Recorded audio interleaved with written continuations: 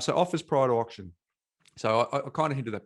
Be ready for campaigns to be brought forward at any moment, right? And be prepared that there's plenty of buyers for the agent to be excited about. So you may or may not get a call. And buyers are willing to make strong offers early. So an agent might think, well, someone's taken a big swing here. This might be the best offer I get. Therefore, I'm not going to run the campaign through. I'm actually going to bring it forward.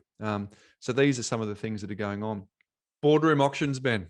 Boardroom auctions aren't as well known. And so therefore the unknown creates uncertainty, and the uncertainty really creates a bit of anxiety.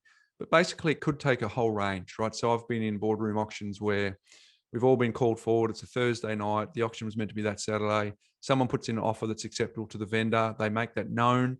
And then all of a sudden it just becomes an exercise of, let's do it. We're going to wrap it up. And then they want to keep that competitive tension, just bring the date forward.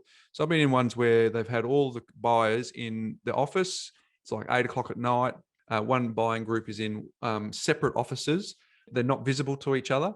And then they just pass the book around and say, let us know if you're staying in. And they just cut laps and cut circles until everyone pulls out and there's one person standing there. So that's one way that you'll see it. Another one is you're packed into a tight little boardroom where everyone is nervous. The energy, like you can feel ice running through your veins. Non-professional buyers find that very, very intimidating. So you might find yourself in this scenario. And so you need to be aware of what it looks like, what the rules of the game are.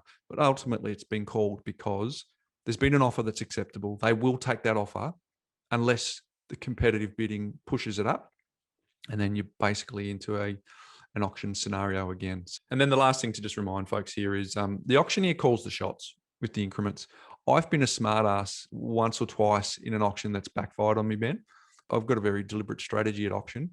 But I play as close as I can to the line of being able to control the auction from the point of view of bringing the advantage back to me as the buyer.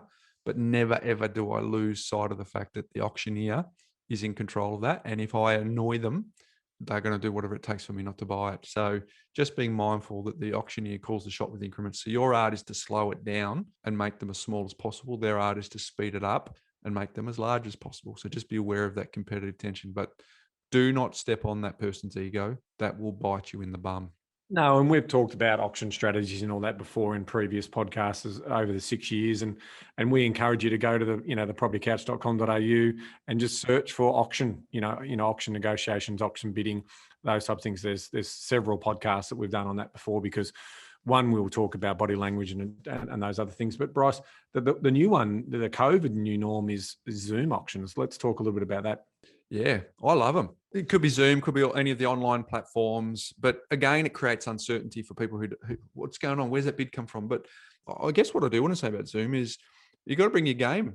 Like, do you know when you're at an auction, Ben, and you're bidding, you've positioned yourself correctly. But sometimes there's the person who's bidding and you have to look around the corner and who is it? And you can't see their body language and who they are. And on Zoom, you don't even have to move your head. You just got to move your eyes. You can see, and then they put it on mute and you can see them talking between themselves. And so it's important that we're aware that body language is still important and it's probably more important in that environment. So whatever environment you find yourself in online, because it's now the new norm, just be aware that a little bit of prep, got to be confident. You got to know what you're looking for. You got to see the body language signals that the other person's reached their upper limit. All of that stuff matters to help you put yourself in the box seat. Just reminding everyone, the goal is actually to secure it. Scare off some of the competition, have some clear air. So that's not lose sight of what the game is here.